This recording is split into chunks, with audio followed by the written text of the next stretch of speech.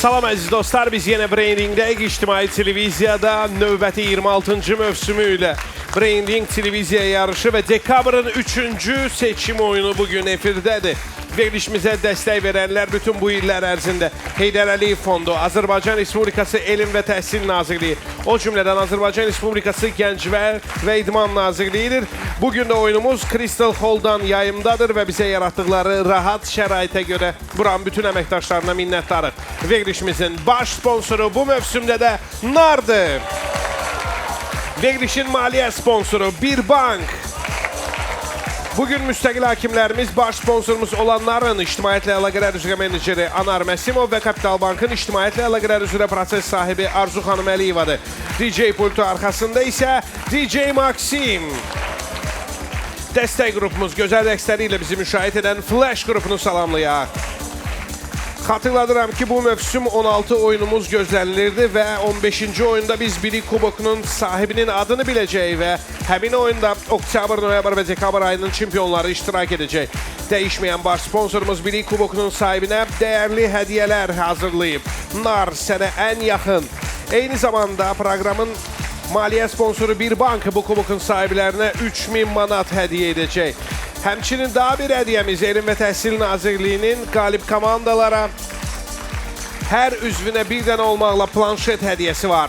Gəlin bizim ən qabaqda olan komandalarımızı salamlayaq. Belə ki, oktyabrın çempionu Azərbaycan Dövlət Aqrar Universitetinin komandası. Noyabrın çempionu NAR. Və eyni zamanda dekabrın 2 finalçısı da məlumdur. Bakı Dövlət Universiteti və dekabrın 2-ci finalçısı Norm Sement. Bugün biz 3 xala qədər 6 yarış keçirəcəyik və sonuncu döyüşün qalibi oktyabrın, noyabrın finalçıları kimi onlar da dekabrın finalına çıxacaqlar. Zaldakı 13 bölgəmizi, 8 universitetimizi təmsil edən komandalardan 23 komandadan ringə kim çıxmaq istəyir? Lənkəran, Azərbaycan Dillər Universiteti, Quba, Azərbaycan Turizm və Menecment Universiteti, Şəki, Bakı Dövlət Universiteti yenə Sumqayıt oynamaq istəyir. Amma mən Mingəçeviri yaşıl masa arxasına dəvət edirəm. Vüsal Mahmudov, Mirkamil Əlifov, Nəzim Nəbiyev, Seymur Həmzəyev, Murad Ağazadə və komandan kapitanı Nizam Xudatov dəstəyə görə Azərbaycan Respublikası Gənclər və İdman Nazirliyinə təşəkkür edirlər.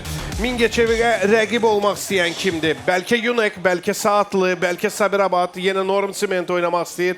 Qarabağ Universitetinin Xankəndi komandasını qırmızı masa arxasına dəvət edirəm.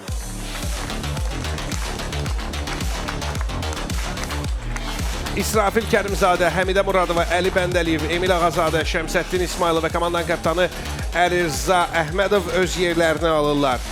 Dostlar, bu iki komanda 3 xala qədər döyüşüb qalibi müəyyən edəcəklər və sonra rəqiblərini meydanda qəbul edəcəklər. Bir məşhur idman şərhçisinin podkastı İşıqlar Sönür adlanır. O hansı idman növünü şərh edir? Vaxt.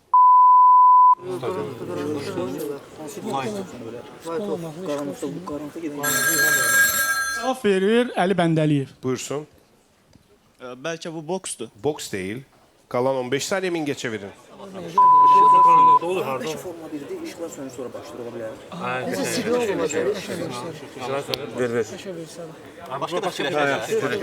Sən vaxta bax. Nizami, rəqibləriniz bizi səhv cavabla nakauta salmaq istəyirdilər, amma alınmadı. Sizdə cavab nədir? Nazim Nəbiyev cavab verəcək. Nazim, İşıqlar Sönür podkastı hansı idman növünə həsr olunub? Bəlkə Formula 1. Niyə? İşıqlar sönür, yarış sonra başlayır. Bəli, yaxşı bilənlər bilir ki, Formula 1-i diqqətlə izləyənlər bilir ki, yarış məhz işıqlar sönəndə başlayır. Növbəti sual. Üzeyir Hacıbəyev Koroğlu operasında həm aşıq musiqi stilindən, həm də muğamlardan istifadə etmişdi. Bəs bu iki stili o necə fərqləndirmişdi? Vaxt. Biri bəlkə xalq salğanlığı. Aşıq sənətində ancaq bəlkə Koroğlu dediyi. Hə, Koroğlu aşıqdır, bəs muğam nətər? Bildiyimiz muğam. Basın özünüzdə. Mingəçevir komandası. Vüsal Mahmudov. Aşıqda yəqin ki, sazla fərqləndirib, amma digər muğamda isə məşhur üçlükdə tar kamança var idi. Ona görə belə ayrıldı. Dostlar, bu onda böyük fərq olmaz axı. Biz öyrəşmişik belə qəbul etməyi bunu. Burada söhbət sualın mahiyyətindədir. Qarabağ komandası düşünür. Xankəndi komandası. Zəhmət olmasa təkrar yarısı ilə bir variant yoxdur açıq. Koroğlu operasında həm aşıq musiqi üslubundan, həm də muğamlardan istifadə olunur və bu iki üslubu bəstəkar Üzeyir Hacıbəyev necə fərqləndirmişdi? Əslində variantımız yaxın idi rəqibin variantına. Yəni cavabınız yoxdur başqa sözlə. Deyərdim. Aşıq musiqisi sadə xalqa daha yaxın olduğundan Koroğlunun partiyalarında əsasən aşıq üslubundan istifadə olunub. Xan, saray adamlarının partiyalarında isə artıq muğam işə düşür. Növbət sual 2 xal dəyərində. Mingəçevir komandası cavab versə döyüşün qalibidir. Bir filmdə söhbət zamanı personajlardan biri bir şeirin orta əsr aşığı Qaraca oğlana məxsus olduğunu deyir. Bəs digər personaj nəyə əsaslanaraq bu fikri qəbul etmir? Vaxt. Buyurun. Mir Kamil. Bəlkə həmin aşıq sənəti yox idi o vaxt, hələ ki formalaşmamışdı. Yox. Çox qədim sənətdir. Qarabağ Universiteti düşünür. Qarazoğlan deyə bir adam var. O əsər yazır. Biri deyir ki, bu Qarazoğlan əsəri. Amma digər tərəfdə deyir ki, bu Qarazoğlana aid deyil. Ben nəyə əsaslanır? Bəlkə Şeydə təxəllüsü. Qazolan təxəllüsü deyil, şeydə təxəllüs. Çünki həmin zamanda yəni İsrafil cavab verməyə çalışacağam, amma bir dənə zəhmət olmaz. İlk dəfə onun səsini eşidəcəyik. İsrafil Brain Ringə xoş gəlmisiniz. Xoş gördük. Sual təkrar edəcəm olsa. Bir filmdə söhbət zamanı personajlardan biri bir şeirin orta əsr aşığı Qaraca oğlana məxsus olduğunu deyir. Amma digər personaj onunla razılaşmır. Nəyə əsaslanaraq o bu fikri qəbul etmir? Aşıq zanında təxəllüs verilir, şairin təxəllüsü, yəni aşığın təxəllüsü verilir. Bəs təxəllüs qaçaraq həmin şəxsin təxəllüsü deyil, ona görə. Bir qayda olaraq aşıqlar öz şeirlərinin sonunda öz adlarını çəkirlər. Bu şeirdə isə ad çəkilmir. Səhv cavabdır. Növbəti sual 3 xal dəyərində. Baba ləqəbli dülgər Fyodorovun hazırladığı qəlyanları Simenon və Stalin kimi məşhurlar istifadə edirdi. Maraqlıdır ki, onun müştəriləri arasında bu İngilis personajını da görə bilərik. Kimi? Vaxt. Qırmızı masada fay start yaşanır. Mingəçevir komandası. Hətta komissar Meqri də qəlyan çəkir, şeydə qəlyan çəkir. İngilis də var, personajda Bilirsən deyil bir də sınavda alışsın. Xankəndi komandası deyəsən tapmışsa, amma fay start yaşadılar və bu fürsətdən deyəsən siz yararlanacaqsınız. Seymur. Sherlock Holmes. Doğru cavabdır. 4-0. Mingəçevir komandası masa arxasında qalır və indi onlar rəqib istəyirlər. Kim ringə çıxmaq istəyir? Nəsə bu tərəfdə fikir verin, aktivlik görmək olmur. Amma o tərəfdə artıq ayaq üstə Şəki, Azərbaycan Dillər Universiteti, yenə Bakı Dövlət Universiteti, Gəncə sizin qarşınızda dayanan kimdir? Nar olar plakatını aşağı. Sumqayıt, gəlin sizi qırmızı masaya dəvət edirəm. Həmzə Əhmədzadə, Emil Yusublu, Beyrək Rəhimov, Ceyhun Abdullayev, Muxtar Səfərov və komanda kapitanı Əşrəf Paşabəyli yerlərini qırmızı masa arxasında alır və 3 xala qədər bu döyüşə biz indi başlayırıq. Hesab 0-0, ilk xal oynanılır. Bəxt üzüyü əsərinin qəhrəmanı olan Hüseyin obrazı həm əsərdə, həm də filmdə insanlara doğru yolu göstərməyə çalışır. Bir çox mənfi xüsusiyyətləri lağa qoyur. Bəs bir məqalədə Hüseyin obrazı 20-ci əsrin əvvəllərinə aid hansı personajımızla müqayisə edilir? Vaxt. Işıq qırmızı masada yandı. Həmzə. Bu Kefli İskəndər kimidir. Elədir ki, var. Bayaq da bildirdiyim kimi Hüseyin daimi şəkildə sərxoş, kefli olsa da əslində təhsilli və cəmiyyətdə mənfi tərəfləri tənqid edən bir şəxs idi və o bu xüsusiyyətinə görə Ölülər əsərinin qəhrəmanına bənzədilir. Daha bir sualım var. Nizami, olub ki, sevdiyiniz bir xanımı uzun müddət gözləməli olasınız. Bəli, olub. Həmişə belə olur, yoxsa? Bir dəfə olub, o da həmişə olub, bəli.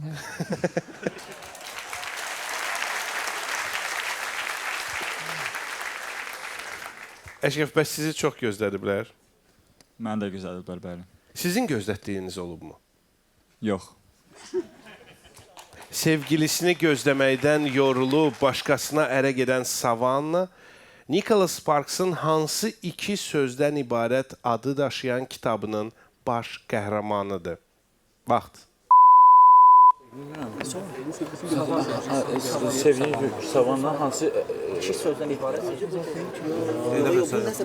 Savanna adını kitabı Savanna. Günəşi gözləyir. Günəşi.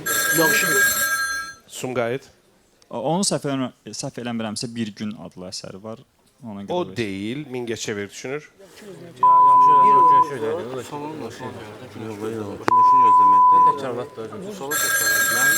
Sizin versiya nədir bəs Nizami? Zəhmət olmasa Vüsal Mahmudovsun təkrarlayarsınız. Vüsal, sevgilisini gözləməkdən yorulub başqasına ərə gedən Savanna, Nicholas Sparks'ın hansı iki sözdən ibarət adı daşıyan kitabının baş qəhrəmanıdır? Elə bir versiyamız yoxdur, olsun Səni sevirəm. Savanna sevgilisinin əskərlikdən gəlməsini gözləməkdən yorulmuşdu. Amerika mədəniyyətində isə əskərlərə yazılan məktubların adətən Əziz John sözləri ilə başlaması məşhur faktdır. O əsərinə də bu adı vermişdi. Növbəti sual 2 xal dəyərində.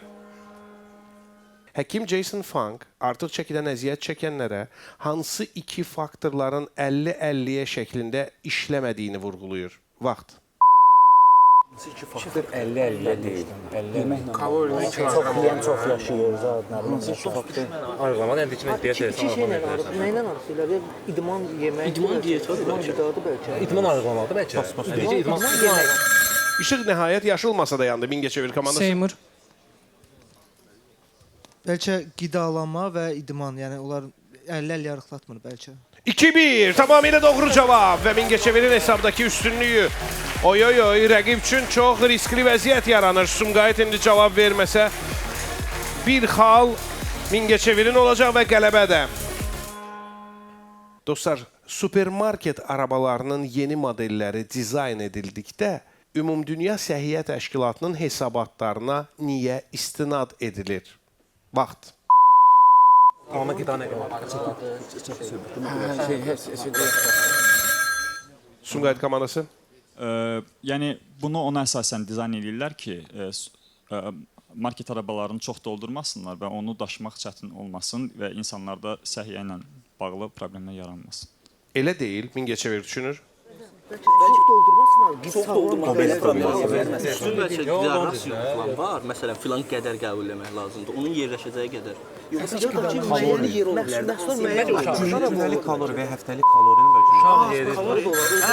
Mən təsəvvür edirəm, indi onlar düz cavabı tapıblarsa və onu səsləndirsələr necə böyük euforiya yaşayacaqlar. Çünki onlar narkobokunun sahibi olan komandadan davam etmək şansını əldən almış olacaqlar. Nizami, bunu kim edəcək? Zəhmət olmasa Vüsal Mahmudov üçün sual təkrarlayarsınız. Supermarket arabalarının yeni modelləri dizayn edildikdə Ümumdünya Səhiyyə Təşkilatının hesabatlarına niyə istinad edilir?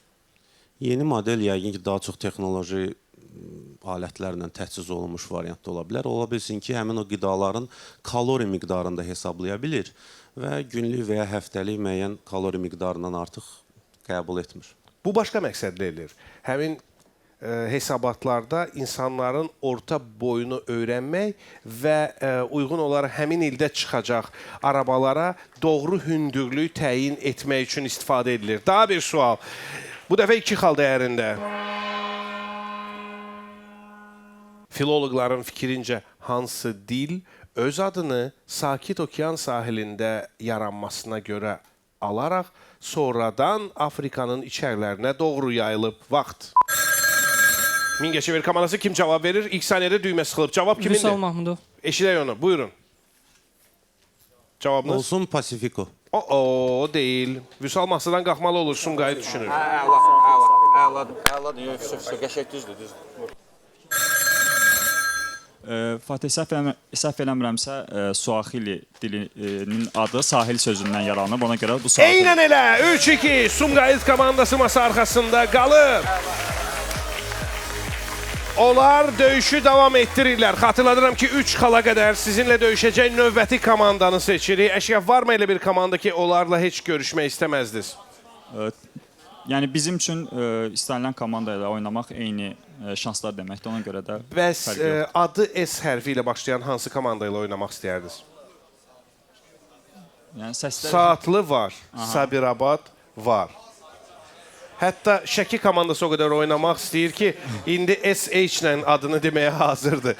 Siz kimlə oynamaq istəyirsiniz? Fatih, məncə mənim bu seçimi eləməyim hər hansısa komandanın taleyinə təsir eləyə bilər. Ona görə də yaxşı olar ki, bu seçimi siz eləyəsiniz. Onda icazə verin, mən o komandanın taleyinə təsir edim. İlk dəfə də bu məsuliyyəti hiss edirəm.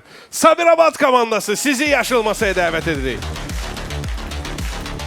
Camal Əzimov, Əli Nuriyev, Nurlan Əhmədov, Bəhruz Abbasov, Yusif Mahmudov və komanda kaptanı Taley Muradov dəstəyə görə Azərbaycan Respublikası Gənclər və İdman Nazirliyinə təşəkkür edirlər. Dostlar, bu növbəti döyüşdən qalib çıxacaq komanda yeni rəqibini masa arxasında görəcək və verilişimizin sonundakı döyüşündə qalib gələcək komanda dekabrın finalına çıxacaq. Hal-hazırda çəkilən şəkillərin 95%-i ya ayaq üstə duran insanın boyu hündürlüyündən, ya da başqa hansı hündürlükdən çəkilir. Vaxt. Bəlkə qurşağından çəkilir, qurşaq hündürlüyündən, başqa nə var? Buyurun, Sabirabad komandası. Yusuf cavab verəcək. Aha. Qurşaq hissəsində, yəni sadəcə bədənin yuxarı hissəsi götürülür. Necə ki, monumentlərdə bu normalda belə qoyulur, heykəllərdə qurşaqdan yuxarı o formada. Bu sualın cavabı bu deyil. Sumqayıt düşünür. Balaca da ki, onun oturmasını istəyir. Fotoqrafdan niyə gəlsin? Üçün dörddən nisbəti. O da var axı. Baş xaricdə 5-5-dir. Dostlar, ya kimsə çəkir, ya da selfie çəkilir də. O əlin uzanma...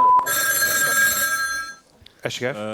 Muxtarın versiyası var. Muxtar, hal-hazırda çəkilən şəkillərin təsəvvür edin 95%-i ya ayaq üstə duran insanın boyu hündürlüyündən, ya da başqa hansı hündürlükdən çəkilir?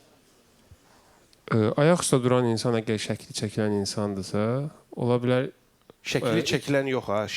Yəni, yenə sualda bu deyilir ki, ayaq üstə duran insanın boyu hündürlüyündən çəkilir. Söhbət fotoqrafdan gelir. İkinci referans isə onda oturan, çünki bəzi şəkildə ayaq üstə çəkilir, bəzi oturan halda bir referans götürülür, oturan insanın hündürlüyündən. Mən sizə eşitdim. Şəkillərin əksəriyyəti mobil telefona çəkildiyindən fotolar istifadəçilərin vərdişlərini ifadə edir. Yəni, onlar şəkilləri ya ayaq üstə çəkirlər, 95% şəkillər ya ayaq üstə çəkilir, ya da oturan yerdə. 1-0. Hesab Sumqayıtla açılır. Növbəti sual yenə bir xal dəyərində. Sovet film müharibəsi zamanı finlər əhalinin böyük bir hissəsini tez bir zamanda səfərbər etməyə məcbur olmuşdular. Orduda baş nazir Ayma Kayender'in adını daşıyan Kayender forması barədə kədərli zərafətlər dolaşırdı. Bəs Kayender forması dedikdə nə nəzərdə tutulurdu? Vaxt. Buyurun, Sumqayıt komandası. Həmzə. Bu mülki geyim formasıdır. 2-0. Doğrudan da Finlandiya sənayesi bütün səfərbər olunanları hərbi geyimlə təmin etməyə çatdırmadığı üçün Fin əskərlərinin böyük hissəsi öz şəxsi paltarında, mülki formada vuruşmalı oldular və evdən çıxdıqları paltarlarını əskərlər Kayender forması adlandırırdılar. Növbəti sual, yenə bir xal. Yeri gəlmişkən, Həmzə, niyə Finlər Kayender forması geyinənlərə belə mütləq şəkildə heç olmasa hərbi kəmər və ya papağa hərbi nişan verməyə çalışırdılar? Vaxt. Sabirabad komandası, buyurun. Bəhruz cavab verəcək. Yəqin ki, həmin formanın özlərinə məxsus olduğunu bilsinlər deyə. Yox. Sumqayıt komandası. Başqa nə olur? Başqa bu hər kəmər və hansı elementlər əlavə edir? Silahı saxlamaq ola bilər. Yox, mənim fikrimi...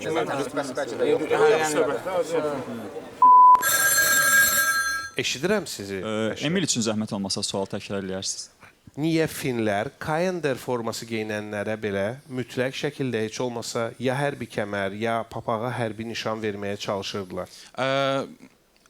Bildiyimiz kimi, bayaq da dediyimiz kimi onları elə mülki geyimi belə adlandırırdı. Adi insanlarla hərbiçilər fərqlənsin deyə. Yəni, cəmaət bilsin ki, kimlər hərbiçidir, kimlər də adi Fin vətəndaşları. Yəni, ən azı bir hərbi simvol səfərbər olunan şəxsin hərbiçi adlanmasına səbəb olsun. Yəni mən dediyimi fərqli formada dediniz, amma eyni şeyi demək istəyirəm, düz dediniz. Qəbul eləyirəm cavabınızı. Onda 3-0 Sumqayıt komandası masa arxasında qalır. İlk dəfədir ki, mən yox, mənim cavabımı qəbul edirlər. Sumqayıt komandası Sabirabadı tribunalara geri qaytarmış olur. Buyurun, buyurun. Dediyimiz də hardasa məntiqə uyğun idi məncə. Yəni o özlərininkinin, yəni öz formalarını belə deyək də, yəni xüsusi mülki Vacib məqam adamlardan sadəcə ondan fərqləndirmək üçün. ibarət idi ki, sözü gedən şəxslərin mülki insan olmadığı, hərbiçi sayılması üçün onların geyiminə hərbi atribut əlavə edilirdi. Sizə də bu döyüşə görə təşəkkür edirəm və çox üzülürəm ki, məhz bu döyüşdən finala çıxmaq fürsəti əldə etmirsiniz. Amma bu brandingdir və burada hamının oynamaq üçün fürsəti yaranır. Ona görə də tövsiyə edirəm ki, sona qədər şansınızı itirməyəsiniz. Lənkəran komandası, Quba komandası, Dillər Universiteti komandası, Turizm və Menecment Universiteti, Şəki, Bakı Dövlət Universiteti hamı oynamaq istəyir, amma mən yaşıl masaya Azərbaycan Dövlət Neft və Sənaye Universitetinin komandasını dəvət edirəm. Nicat Əzimzadə, Səid Məmmədli, Kərim Kərimli, Eldar Həsənli, Rəşad Şahveranov və komandanın kapitanı Mail Babaşov öz yerlərini alırlar. Biz isə onlara bir balaca dəstək olmaq üçün hər iki komandaya musiqili dəstəyimizi gözəl bir musiqili time-outla verəcəyik. Samirə Rəcəbli bugün brandingdə.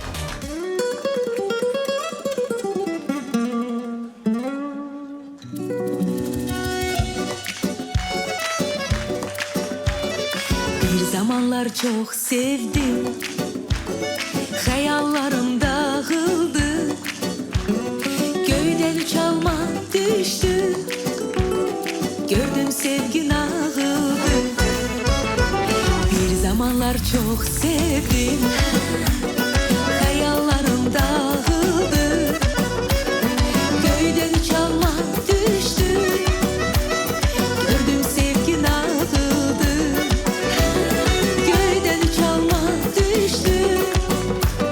Gördüm sevgin ağıldı. Sevgin bir nağıl idi. Biri vardı biri yok. İnanmıştım ben ona.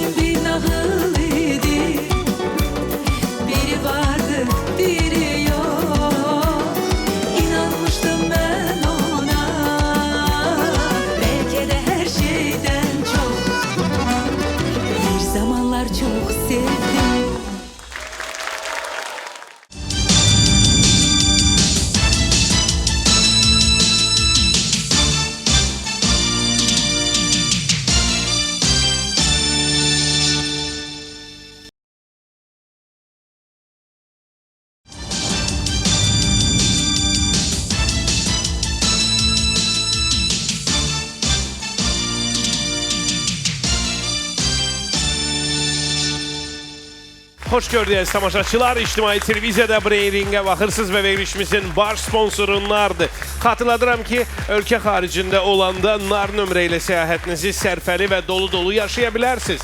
NAR-ın sərfəli roaming təklifləri və aktivləşdirmə üsulları haqqında ətraflı məlumat NAR Plus tətbiqində və nar.az səhifəsində var. Yeri gəlmişkən səyahətə yollananda səyahətdən öncə R yazıb 777-yə göndərə bilərsiniz. Breyring'in maliyyə sponsoru Azərbaycanın ilk rəqəmsal bankı Bir Bankdır. Rəqəmsal yeniliklərdə sərhəd tanımayan Bir Bank müştərilərinə investisiya dünyasının qapılarını açır. Cəmi $1 investisiya fürsəti, rəqəmsal qeydiyyat, 11 mindən çox maliyyə alətinə çıxış, mobil tətbiq xüsusən investisiya sayəsində ilk addım atanlar üçün unikal fürsətlər yaradır. Bir Bank Invest'ə siz rahatlıqla bütün suallarınıza cavab tapa bilərsiniz. Bugün bizim müstəqil hakimlərimiz isə baş sponsorumuz olanların İctimaiyyətlə Əlaqələr üzrə meneceri Anar Məsimov və Kapital Bankın İctimaiyyətlə Əlaqələr üzrə proses sahibi Arzu xanım Əliyevadır. Qırmızı masa arxasında Sumqayıt komandasını görürəm, yaşıl masa arxasında isə Azərbaycan Dövlət Neft və Sənaye Universiteti əyləşir və bugün qalib gələcək komanda dekabr ayının finalında oynamaq şansı qazanacaq. Hər zaman olduğu kimi baş sponsorumuz NAR ayın çempionlarına xüsusi hədiyyələr təqdim edəcək. NAR sənə ən yaxın. Döyüş başlayır. 3 xala qədər bu döyüşdə. İlk sual 1 xal dəyərində. Müğənni Adel albomlarını 19, 21, 25, 30 adlandırıb.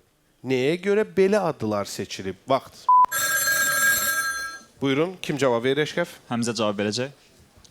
Həmin yaşda çıxdığı üçün həmin albomlarda həmin yaşa uyğun seçib. Eynən elə. Müğənnini albomları onun yaşına uyğun olaraq adlandırılıb. 1-0. Növbəti sual.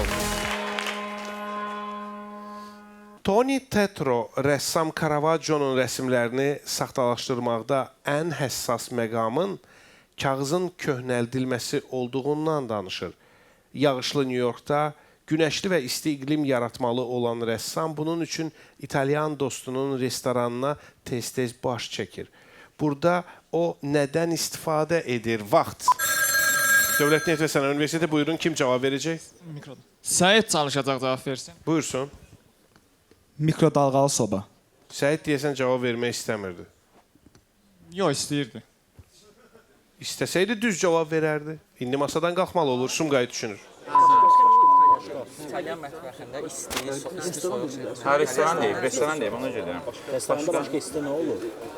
Başqa İtalyan toster, nə biləm. Qəhvə maşını var, qəhvə maşınla isə köhnəldə bilər. Hə, isti soyuq olmalıdır. Hə, yağışlı. Əşrəf, sizin versiya nədir?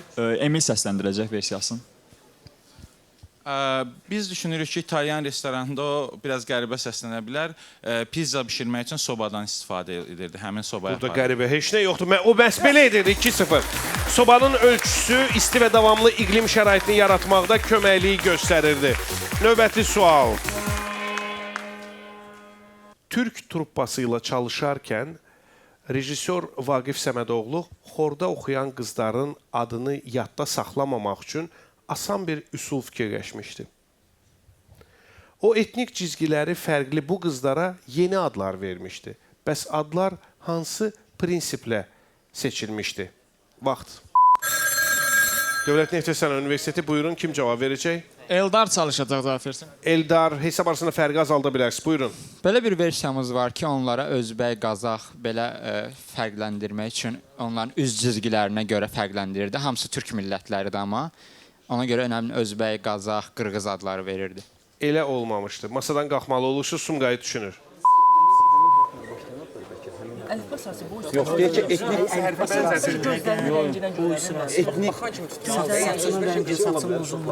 fərqlidir. Özünün hansı bir xüsusiyyətinə görə ad vermişdi. Məsələn, incə belə, nə bilim. Qəşəng.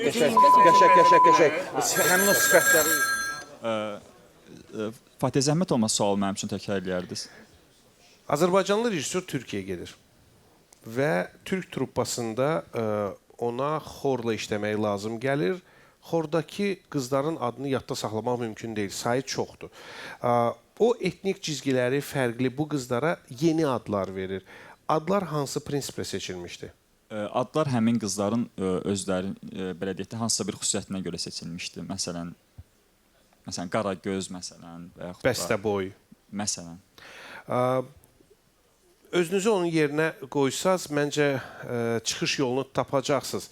Məsələ ondadır ki, o qızlara baxıb hansı biri, hansı tanışını xatırladırdısa, o yolla qohum, qonşuda, iş yoldaşlarından kimin adını verə bilərdisə, o prinsiplə onlara ad verirdi. Amma gözəl fürsət yarandı. Dövlət Neft və Sənaye Universiteti hesabı bərabərləşdirə bilər.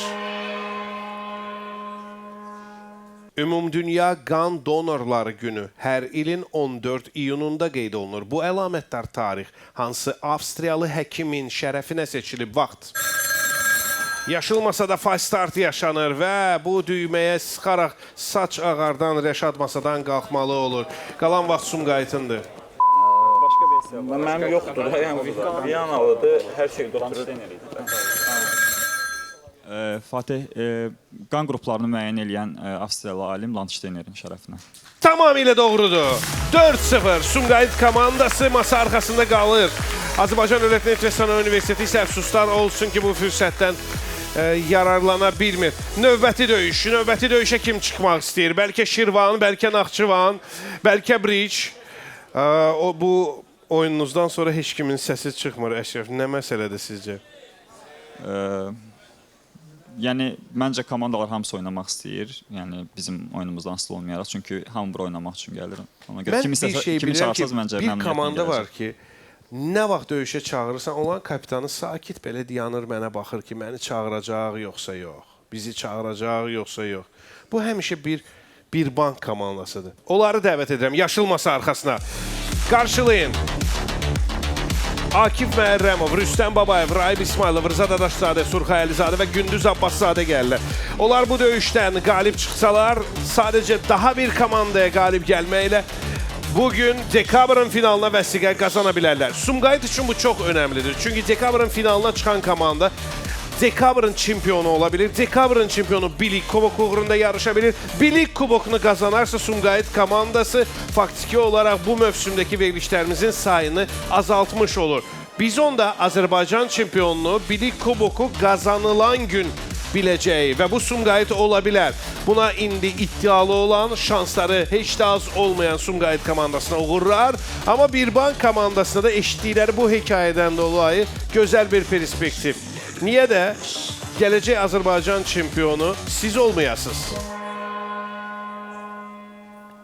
Gündüz, nə vaxtsa Air Arabia aviaşirkətinin təyyarəsi ilə uçmalı olmusunuz? Xeyr.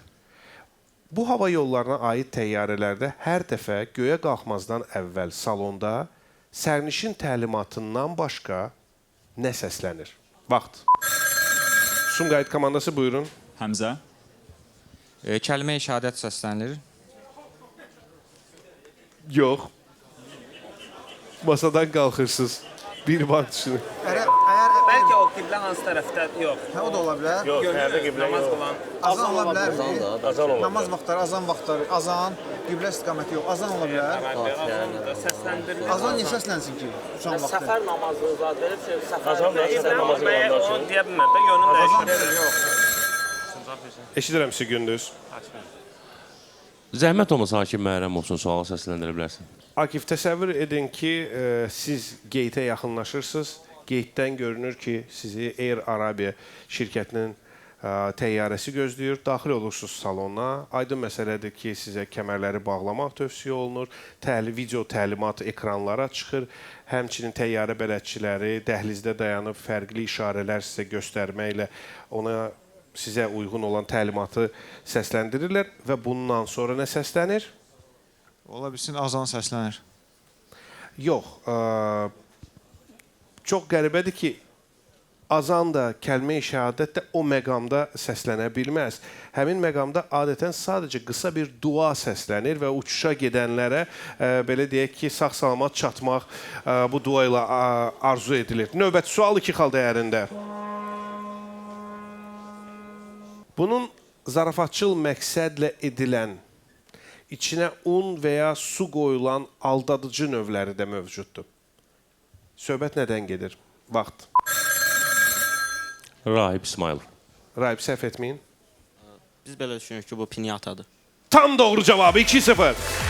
Belə pinyata qırılanda adamın başına un və ya su tökülür. 2-0 Birbank komandasının üstünlüyü. Daha bir sual. İndi mübarizə üçün daha böyük meydan yaranır. Sumqayıt komandası 3 ardıcıl doğru cavab verməli ki, masa arxasında qalsın.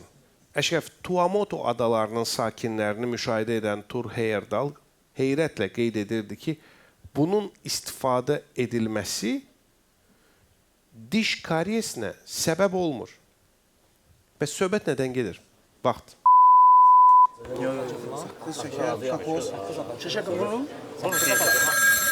Birbank komandası qalib ola bilər. Rahib öz versiyasını səsləndirsin. Rahib səhv etməyin. Biz belə düşünürük ki, saqqız ağacının meyvəsi. Xeyr. Sumqayıt düşünür. Məncə bu qara bir şey olmalıdır. Ağardır da onu, dişi ağardır deyil abi. Yox, karesi səbəb olmalıdır. Karesi başqa nə yaradır? Yaxşı. Hansısa şirin bir şeylər yəni. Sumqayıt komandası buyurun.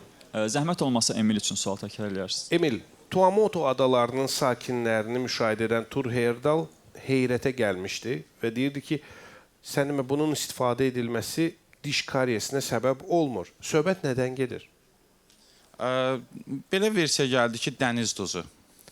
Dostlar, əslində söhbət şəkər qamışından gedirdi. Şəkər qamışından alınan şəkərdən istifadə edən Avropalılar diş kariyesindən əziyyət çəkirlər. Amma Tuamotu adasında şəkər qamışını çeynəyən birisi diş kariyesi yaşamır.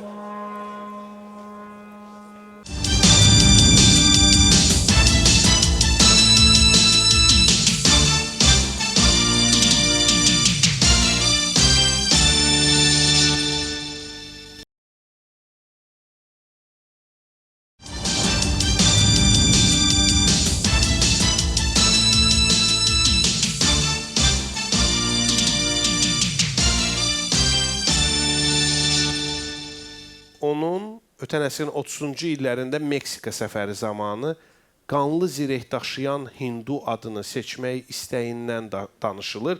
Söhbət hansı Rus rejissorundan gedir? Vaxt. Sumqayıt komandası kim cavab verəcək? Sergey Eisenstein. 2-2 hesab bərabərləşir. Rejissor onu məşhurlaşdıran Potemkin zirehli gəmisinə allüziya etmişdi və Sumqayıt üçün döyüş hələ bitməyib. Növbəti sual hər iki komandanı qalib edə bilər. 1948-ci ilə aid bir fotoşəkildir. Uşağın təəccüblü şəkildə mağazanın qarşısında dayandığını görmək olar. Buna həmin dövrə aid hansı yenilik səbəb olmuşdu? Vaxt. Sumqayıt komandası buyurun, kim cavab verəcək? Ceyhun cavab verəcək.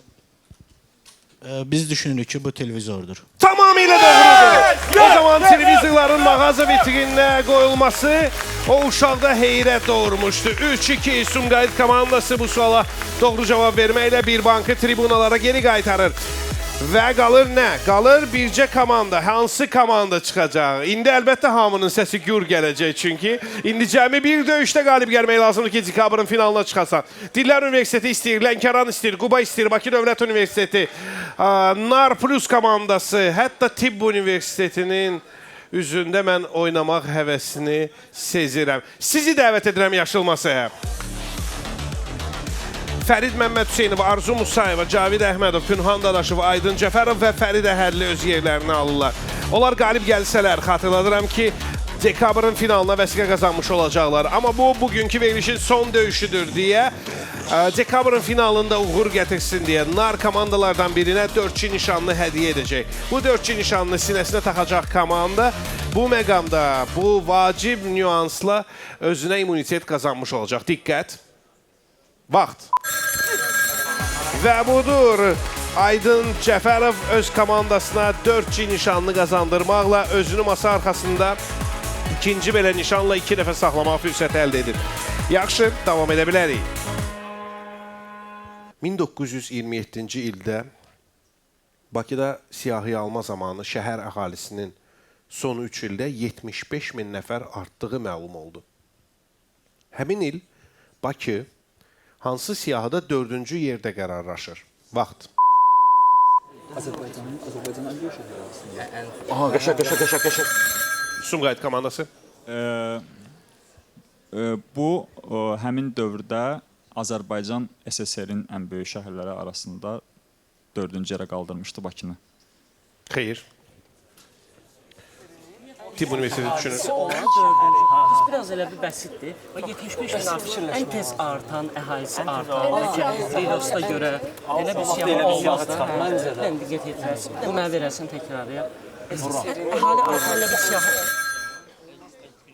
Buyurun Fərid. Zəhmət olmasa sualı Fərid Məmməd Hüseynov üçün təşəkkür edirəm. 1927-ci ildə Bakıda siyahıya alma zamanı şəhər əhalisinin son 3 ildə 75 nəfər artdığı məlum olur və həmin il Bakı hansı siyahıda 4-cü yerdə qərarlaşır?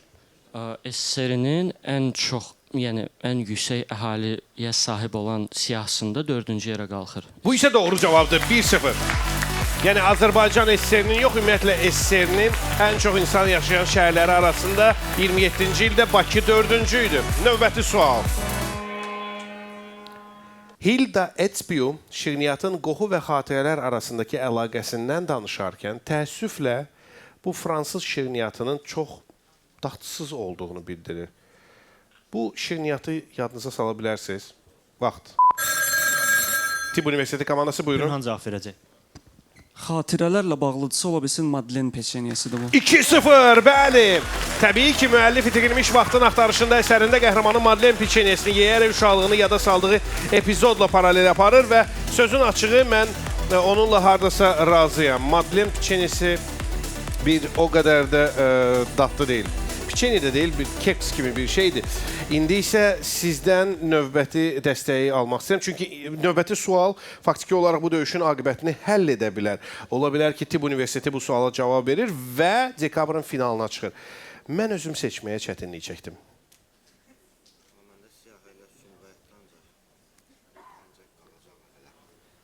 Görək. Bu yaxınlarda aşkar edilib ki, erkək fərdlər də dolayı yolla da olsa təhlükə yaradır. Belə ki, cütləşmədən sonra bunun törədicilərinin sayı artır. Nəyin? Vaxt. Sumqayıt masasında Falstart Tibb Universiteti düşünür. Ona görə maliyyanın yanına ancaq dişilər yayar. Axırda nə deyir ki? Bunun yaya bilmə, onlar da bunu yaya bilir. Anofeles cinsindən dişi ağzı. Dəvədəlləyi falan olmaz da. Vermənə deyəcəm. Siz cavab verməmişdən öncə mən tamaşaçılarımıza xatırlatmaq istəyirəm ki, X sosial şəbəkəsində hal-hazırda oyunumuz davam edir və indi bu həftənin sualını Narın X sosial şəbəkəsindəki hesabında görə, cavablandıra və hədiyyə qazana bilərsiniz. Sizin hədiyyəniz isə dekabrın finalına çıxmaq olar. Əgər əlbəttə suala doğru cavab verirsiniz. Fərid kim cavab verir? Pünhan üçün təşəkkür edirəm sualı. Bu yaxınlarda aşkar edilib ki, erkək fərdlər də dolayı yolla da olsa təhlükə yaradır. Belə ki, cütləşmədən sonra bunun törədicilərinin sayı artır. Nəyin? Deməli, bildiyimiz kimi ağcaqanadların normalda yalnız dişi fərdləri dişləyir və bildiyimiz kimi malyariya əsasən ağcaqanadlarla yayılır. Demək ki, erkəklər də malyariyanı yaya bilir. Tamamilə doğru cavab. Və Tibb Universiteti dekabrın finalına bu yolla vəsiqə qazanmış olur. Dekabrın 3-cü finalçısı bilindi. Mən bir daha qalibləri təbrik edirəm. Və həmçinin böyük təşəkkürümü bugün mənimlə olan müstəqil hakimlərimizə çatdırıram. Baş sponsorumuz olanların İctimaiyyət Əlaqələr üzrə meneceri Anar Məsimov və Kapital Bankın İctimaiyyət Əlaqələr üzrə proses sahibi Arzu Əliyeva sizinlə sağollaşırlar.